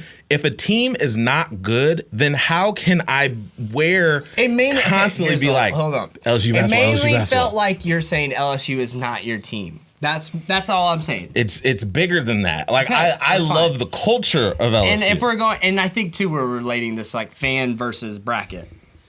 Yeah. Because as you can see in my bracket, I don't play favorites. I play, no, let's be realistic. Yeah, and the way I do my bracket is long shots. I have Oregon winning the championship. That is a very long shot. Because they lost their number one player. I know. Dylan Brooks, we'll see what happens. But that's why I'm kind of shocked you have But it. I like the fact you like taking risks. That I love risks. Because I'm not a bracket guy, honestly. Like risks. Whip it. I love whisks. They're the best. Because listen, if I'm right, then I'm a hero. Yeah, you're right. And these things are that's why I got. These things are so hard to time out. So hard. I have an Elite Eight that I picked. That's my Cinderella team, Michigan, actually. Oh, what do I have, Michigan? Okay, let's break it down still. Okay, so I have Villanova and Duke in the East. And then I have, hopefully that segment was entertaining, because that's still part of our relationship. That's happened more than once. Gonzaga and Arizona in the West. I have Florida and Baylor. And I'm telling you, Florida State? I have Florida. No, not Florida State. I have the University of Florida. Right. Oh, and the East, you got Florida and Baylor. Against Baylor. And I picked that because I hate Duke. Okay. I understand. And then I have Gonzaga, Arizona, like you. Nice. Then I have Kansas, Purdue. Purdue. Okay. Yep. Then I have Oregon, Louisville. Okay. And then, because I lost, I have North Carolina, Butler. It was supposed to be, I was hoping that Minnesota was going to beat Middle Tennessee, but that didn't happen. Right. So it's fine because I had Minnesota losing to Butler anyway. So I have UNC Butler, and then rounding it out, I have UCLA Kentucky. Wow. Yep. Wait. That's the Sweet 16. We were just going over Elite 8. That's why I was so confused. My bad. Okay, so I have Kansas, Oregon, Butler, Kentucky. There we go. Okay. Yeah. Kansas, Oregon. See, I have Michigan beating Oregon. So mine, Kansas, Michigan, North Carolina, and Kentucky. So you have UCLA beating Kentucky. No, I have Kentucky beating UCLA. Okay, perfect. Yeah. That's going to be a good game. Yeah. And then Michigan, I have losing to Kansas. And then I have Kentucky beating North Carolina again for the second time this year. And then I have Duke beating Villanova, mainly because they're hot right now. Okay. I don't like Duke. Never have. Okay. And then Gonzaga beating Arizona. Except Arizona scares me. They played very well that first game. Arizona, I think, is going to be in for the long haul. That's why I picked them to make it all the way to the championship game. I have Baylor Arizona, Kentucky, and Oregon in my final four. Oregon's my long shot, but I feel shaky, but it's like one of those things where I'm just shaky about it. Kentucky is always, I'm probably always going to put them in the final four. I mean, they're nuts. Yeah. Arizona, like you said, they played really good the first game. And I've actually caught some of their games this year. So shout out to Arizona and Baylor. I have Baylor making it past Florida to be in the Final Four. And then I have Gonzaga versus Kansas. Gonzaga the winner. I have Oregon and Arizona, and then I have Oregon the winner. Cinderella type stuff. We'll see. That's an interesting, yeah. So we're going to see. Bringing that down a little bit. Yeah. Bringing that down. Okay, I will say this. We're talking about SEC and domination. Kentucky, on the recruiting side of things, has been too dominant. Crazy to the point where they investigate them every offseason and they try to get Calipari every offseason. I think if they start probing, they'll probably find something, because when there's smoke, there's fire. He needs to just go ahead and skip on to the NBA or something like that, because I don't know. It's ridiculous. I don't know if they're exactly legal, everything they're doing. Shout out to Big Blue Nation, though. Oh, they've been killing it. Yeah. So, yeah, that's what we got. Gonzaga versus Oregon. Or not Gonzaga versus Oregon. I have Gonzaga. Malcolm has Oregon. This is always a fun time. You never know. This is actually one of the worst times for jobs in classrooms, because everybody's usually paying attention to what's going on. So they have it playing in the break room at my job, but the only thing is, like, the break room isn't by my cube, so like I have to find excuses to like get up. I mean, today was St. Patrick's Day, so I was able to just like hang out and just do nothing but watch it, really. But I mean, it's tough. It's tough to get stuff done. My boss is really into it, and we were pretty slow those last 2 days, and so he'd call me in his office, and he's like, come see me. And then he'd have it on the TV in his that's good. office, so we would talk about it. So that's good. One loss for me. We'll see what happens. I always love this time of year. March Madness is crazy. So, yeah. March Madness is insane. You know what else is insane? This little segment we do called Top five. So, as always, we try to bring this little topic of discussion. Our top five. Usually, we never do this top five as in this is the ranking. This is no specific order.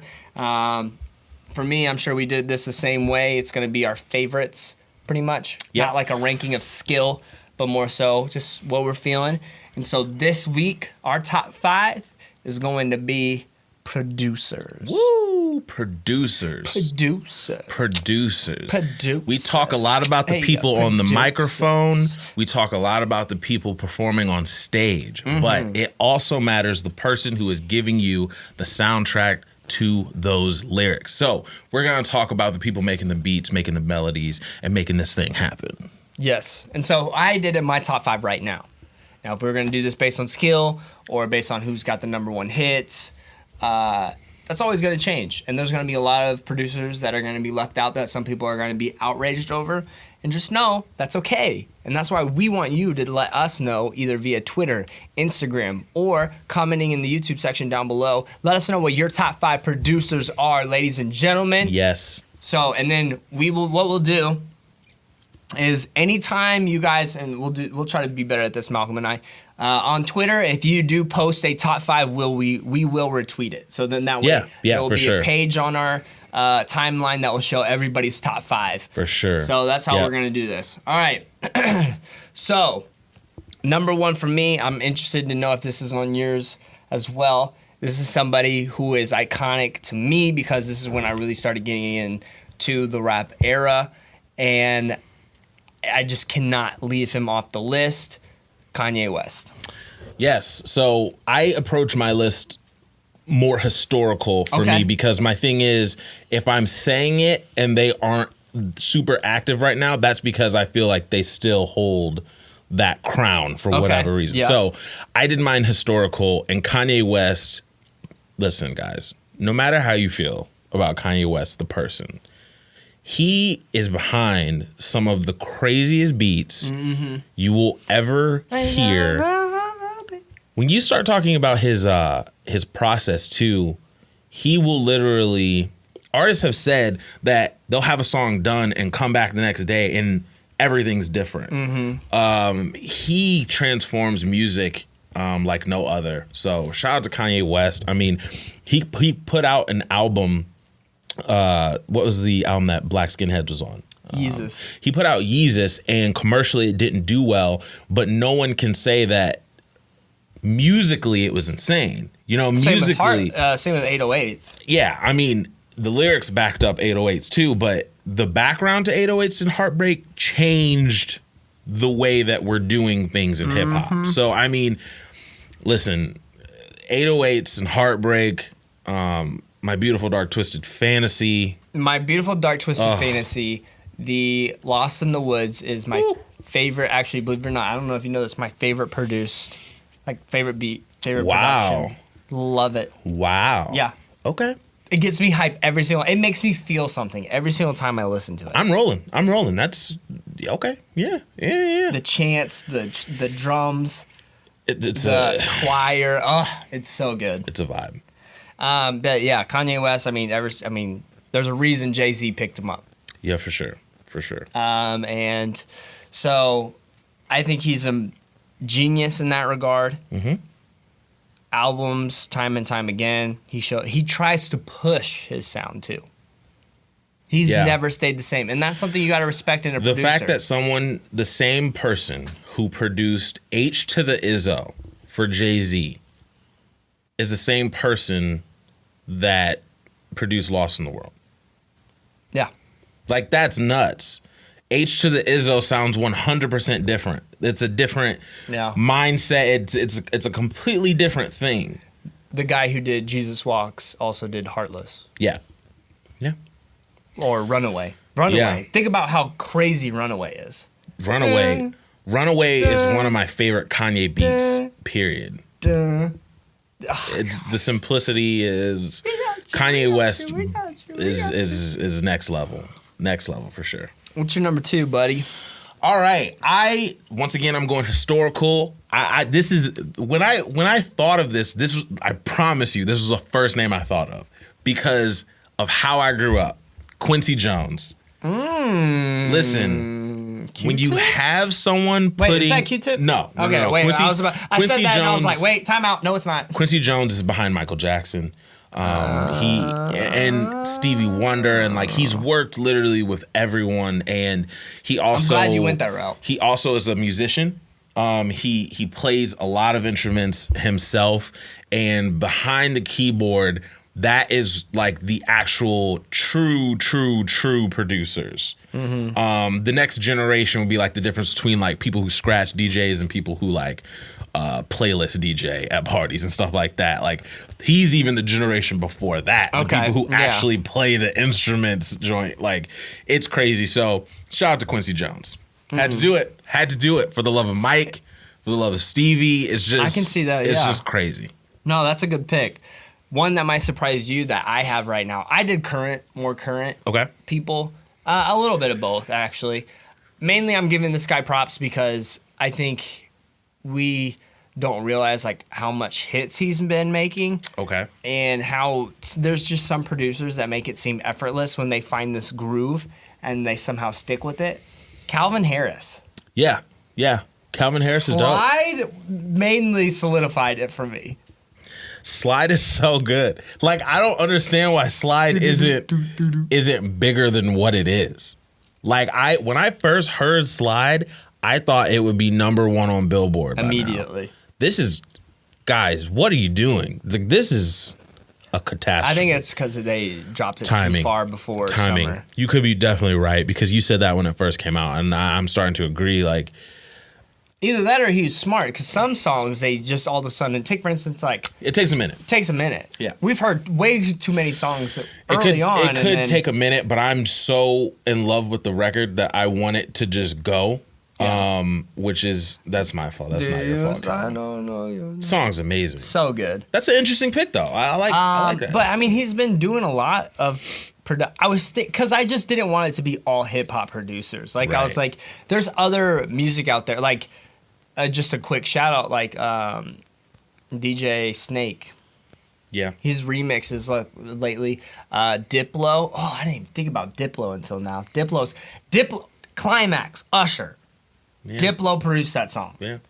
Might be one of Usher's best songs ever, in my opinion. IMO. That could be a top 5. We could make that a top. That'd be a top 5. I think Usher's catalog is big enough now where we might be able to do a top 5 Usher. Yeah, that'd be fun. Yeah. So yeah, Calvin Harris. I just think I respect anybody who. Pop is one of the hardest things to be really good at. Yeah. Because it's so saturated and there's a technique to it, yet you also got to be different. And I think Calvin Harris does a pretty good job at that. Yeah.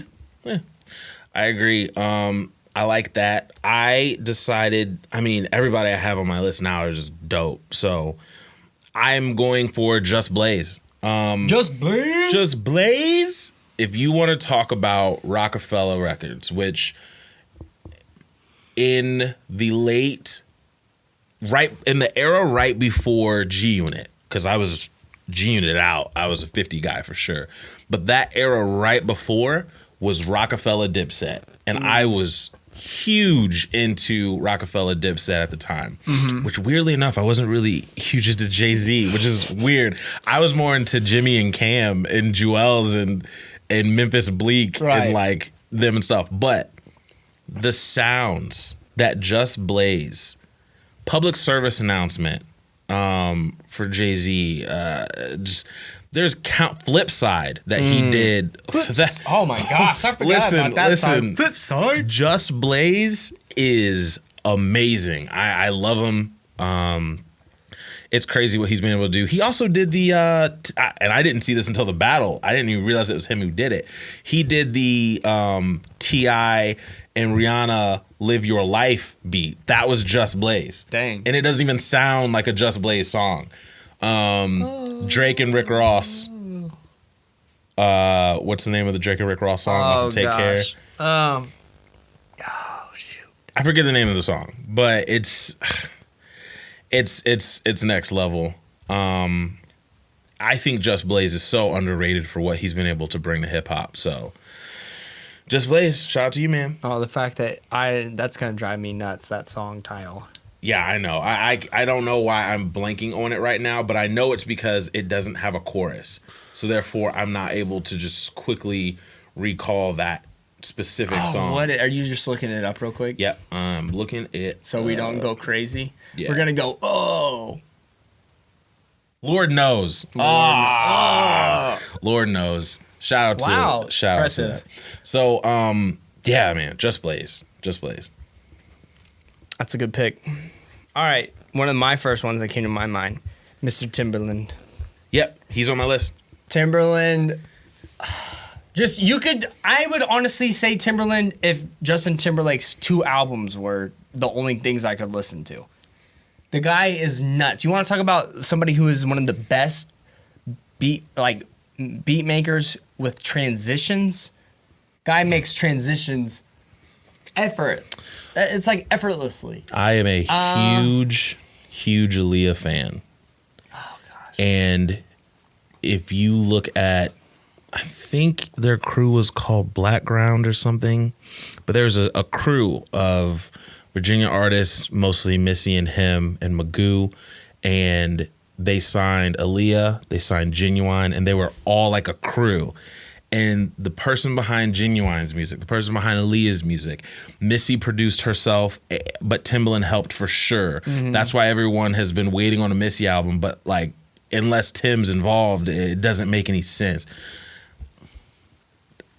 Timbaland is crazy. If he's not in your top 5, then Big Pimpin' with Jay-Z, he made that beat. Big Pimpin's probably one of the biggest songs Big Pimpin' ever. Tom Ford, which was probably one of his biggest hits off of Jay-Z's latest Magna Carta record. Tom Ford, it's a crazy record. Tim, Put You on Game by The Game. I'm gonna put you on game. AO Technology. Oh my 50 gosh. and Timberlake. What was that one huge dance track that he Promiscuous Girl? He did a whole album with Nelly Furtado. That whole album. And that song she had too, Say It Now or Say It. You don't know. Yeah. Oh my gosh. But there was that song with Carrie Hilson. The Way You Are? The Way We Are? The Way I'm Are. No money. Yeah. I ain't gonna. Gosh, there was Tim he's done is so many bangers. He's a great. So many bangers. Yeah, so he was on my list too. I will come back at you with somebody who is probably out of my entire list, except for maybe Quincy Jones, the craziest thinker as far as has been the person to push music in such a different direction other than Quincy and Kanye on the list. Pharrell. Bill Gates. Because of Hollywood. Pharrell and the Neptunes. I took Pharrell off of my list. That's okay. That's why I'm here. That's why I'm here.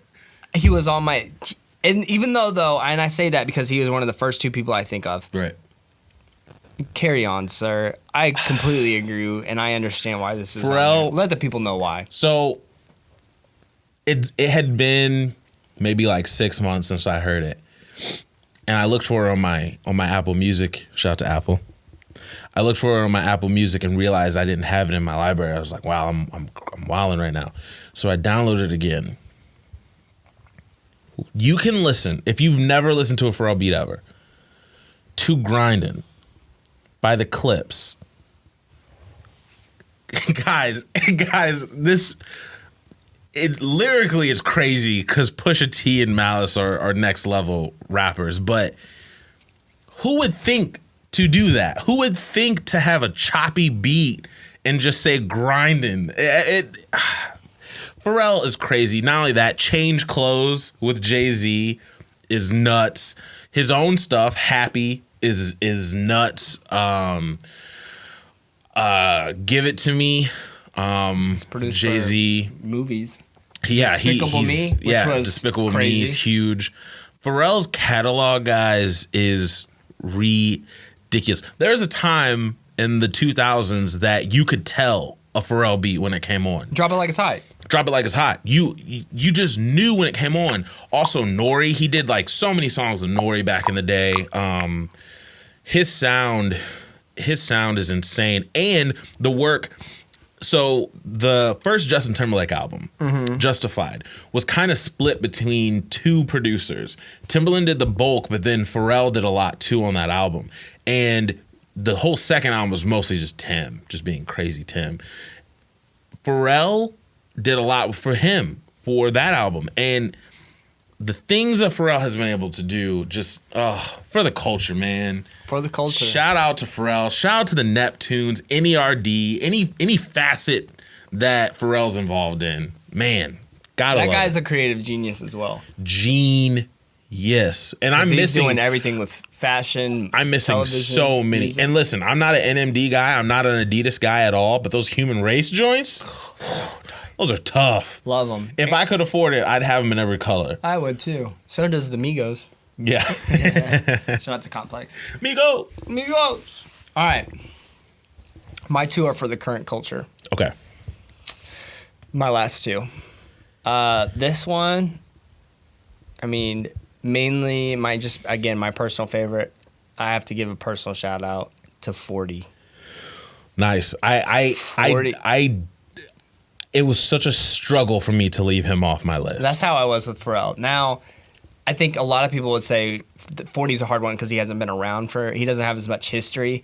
But name me a terrible 40 beat. Yeah, And also too, people don't realize like he's actually very, very, very respective on like the engineering side of things. oh my gosh, yeah, huge. And you listen to his interviews, like the guy's smart, like he gets it, very much so. And so he has a lot of insight in terms of the engineering and the mastering side of things. But I just think he has a very good good ear for music. And I think that enters into his production. 40 is amazing. His beats make dudes be okay with feeling things, if that makes any sense. Like when you listen to a 40 beat, you'll be like, man, like this is just, I want to vibe out right now and like sit in a dark corner and think about life. I mean, 40 is just an amazing person, and I think he found chemistry with an amazing artist. Well, and Drake admits that it's he awesome. wouldn't be where he is without 40. No, and that's 100% fine, because you'll find artists like that when they get with their person, like Justin Timberlake should never do an album where Timbaland's not involved. Right. It just it doesn't make sense. And so I think it's perfectly fine that if Drake does every album with 40, I'm rolling. I'm good with that. Shout out to 40. That's a good pick. Shout out to Boy Wonder. He's not on my list, but that boy he's been doing good for Drake as well. Yeah. But 40, again, I love his style, and I don't have anything bad to say about 40. Yeah, I agree.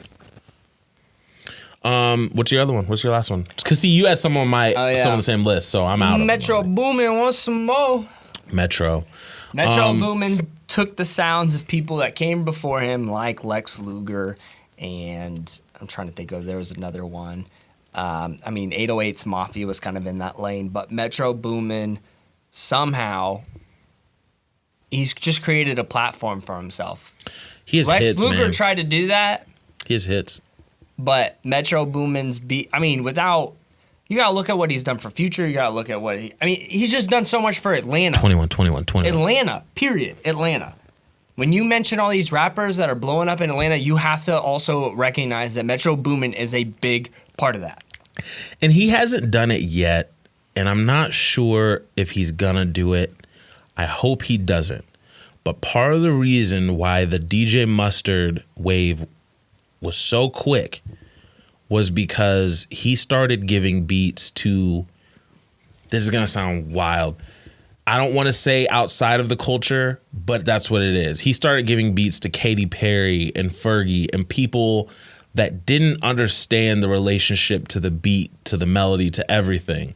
So I think that kind of burned him out, because then every time you turn on the radio, there's a DJ Mustard beat. As to where Metro, he's keeping it catered towards the artist that know about that beat, that understand how to ride that beat, Paul. So I think that that's a big reason to why Metro's winning right now. He's giving his beats to 21 Savage. He's giving his beats to Future. He's giving his beats to the Migos. So, man, he's killing it right now. And he has hits. Crazy. So my top 5, Kanye West, Timberland, 40, Metro Boomin, and Calvin Harris. My top 5 was Quincy Jones, Pharrell, Timbaland, Kanye West, and Just Blaze. I do have honorable mention, Zaytoven, because yeah, no, that's so I was huge into Gucci at one point. You still kind of are. I still am. I'm the guy that'll get every Gucci album that he puts out, regardless if it's whack or not. But back when Zaytoven and So Icy just started and all of that, Zaytoven, his beats were instrumental in the trap scene. And I think Metro gets a lot of, influence from that too. So him, I would say Scott Storch, because yeah, I agree with that. Whether it's Lean Back, Candy Shop, 50 Cent, like he had a run that was crazy. And also The Runners, because listen, there was a wave where every T-Pain beat, every Plies beat that you heard, every Chris Brown, everything you heard was The Runners. Yeah, what happened? Man. Seriously, The Runners. Shout out to them. So, guys, let us know what your top 5 artists are. Producers. Or I said artist. Yeah. I mean, they're an artist, right? They're an artist. Hey, thanks, buddy. Yeah, they're artists. Looking out for me, man. Producers. So let us know what your favorite producers are. Throw us a like on the YouTube channel. Subscribe to our page. And then, comment down below. And then follow us on Twitter. Follow us on Instagram. Guys, let us know. Top 5? Are you liking it? Listen. You want more? And yeah, give us suggestions for top 5s that you want to hear. Yeah. Yeah. Let us know. Guys, we've come to the point in the show where there's only one real way to close this show out. It has been episode 7 of the Daps and Pounds show, and it is time for our closing segment. 101 conversation starters for couples. This is kind of fitting. Oh, What do man. you remember about learning to drive? Malcolm and I had the same class together. Or not the same class, but the same... The same driver's ed Yeah, teacher. I Shine guess that driver's ed old girl, you remember the girl? I don't remember anything about her. I just remember we had a girl. That's all I remember. But learning to drive. I remember my first time that my dad took me out to drive. Okay, yeah, that's a good way to I look didn't at it. have this concept of turning the steering wheel all the way. Okay. And so the first time I'm like going and I'm taking a left-hand turn and I do this. You My cross dad's your- like, keep going, keep turning, keep turning, keep turning, keep turning. Like he, Yeah. It was more like a concern to like a getting angry thing.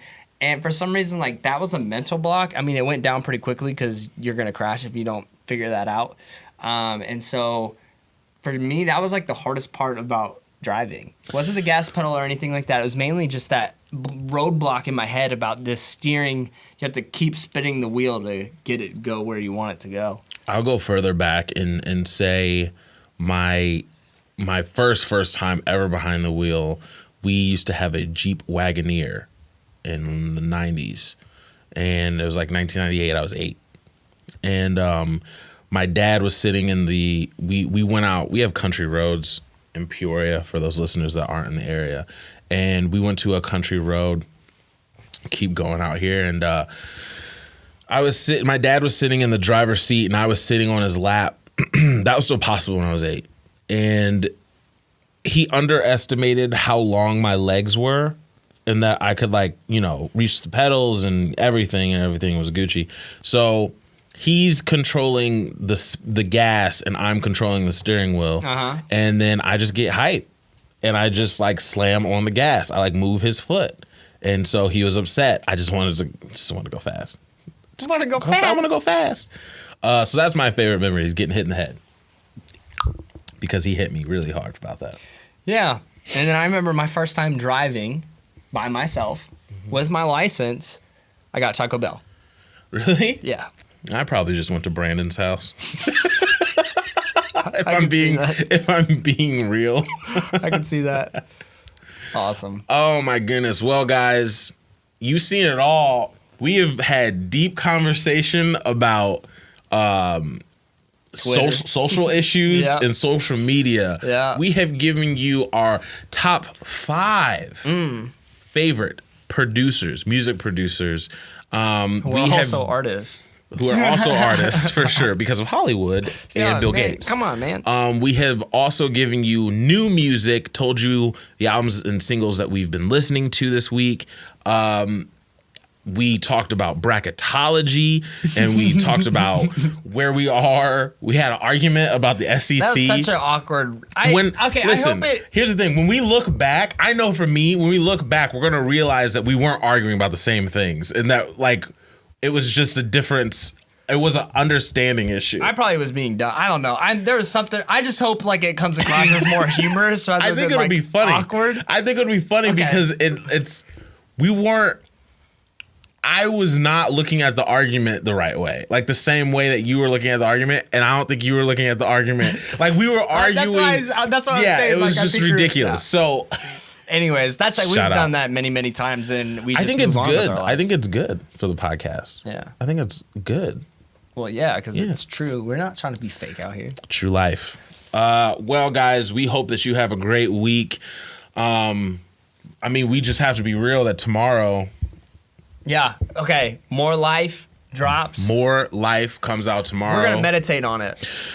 Yeah, potentially we are going to meet back here, same bat time, same bat channel, and on next week episode we will give you a more life recap That'll of this. pretty much be the topic. What's so crazy is we don't know what this is gonna be. It's like a playlist. It's not an album or tape. I get this is so exciting, guys. I haven't been this excited for something in a long time just because we don't know what it's going to be. So next week, make sure you tune in for episode 8. All right. We are going to have everything you want and need because for the last 7 episodes, we've given you everything you want and need. So true. Tweet us, gram us, tube us, everything. Stitcher us. Stitch Stitch us. Stitch us. We love you guys. Thank you. sir. It's been episode 7. My name is Malky, and to my right, Go Gamecocks. we have Go Gamecocks. We represent 2 mics, 2 friends. and 1 show, the The Daps and Pounds Show. Let's go. Peace. Outie.